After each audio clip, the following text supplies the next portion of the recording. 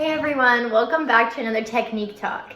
Today we're going to be talking about the bow grip and what it's used for and how to achieve the best bow grip for the best sound possible.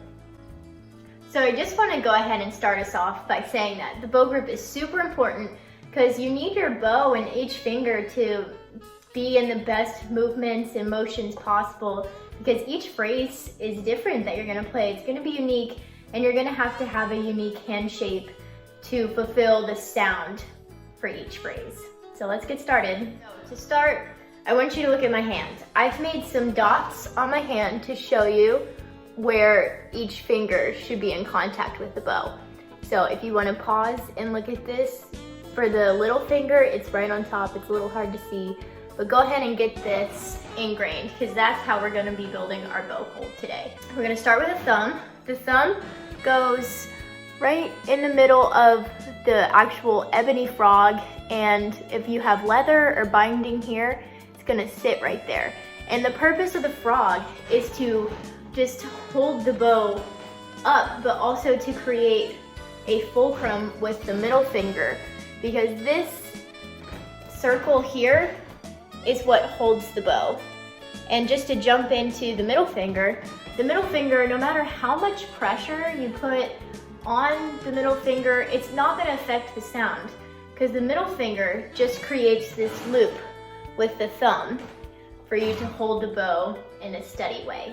So now that we have our thumb and our middle finger set, I want to talk about our two money fingers, which I like to call them, which is what gets you the great sound that you're looking for. So first we have the index finger right here, and if you see my dot, we're going to put it right there. So it's going to be a little beneath this first knuckle here, if you can see that. So we're going to put that on there, either on the leather, the binding, and this finger can add weight to the bow, add pressure to the string. It literally what's what pushes the bow into the string, and it also can move the bow towards the bridge. So if you want a sounding point that's really juicy and close to the bridge, you're gonna use your pointer finger. Then our other money finger is this ring finger. And you're just like, how? Because you know, your ring finger out of all of them is the weakest, but not on your violin bow, because this is what gets you an amazing sound.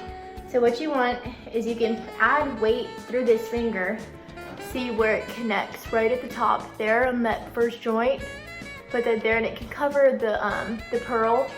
And then this can move the bow towards the fingerboard. So if you want a really light and airy or just distant, beautiful sound, your ring finger is gonna do it for you. And last but not least is our pinky or little finger.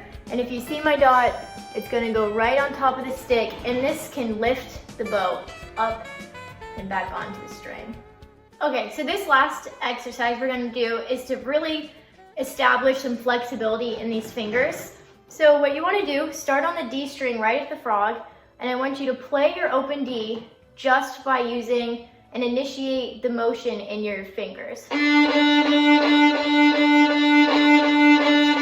You see, this is moving on me, but all the motion is coming from these fingers. So why don't you go ahead and try that, and if you need to pause the video to look back and try it, go for it. So now what we're going to do is we're going to do some string crossings. And we're going to start on the G string. We're going to go to the D, and then A, D, A, D, A, D.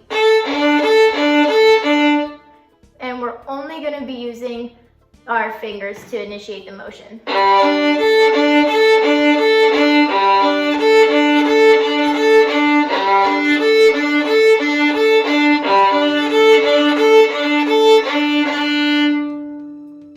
Practice that a few times and really feel that flexible motion in your bow. And I hope that this video helped you find a more relaxed and a more comfortable bow grip. Thanks for watching.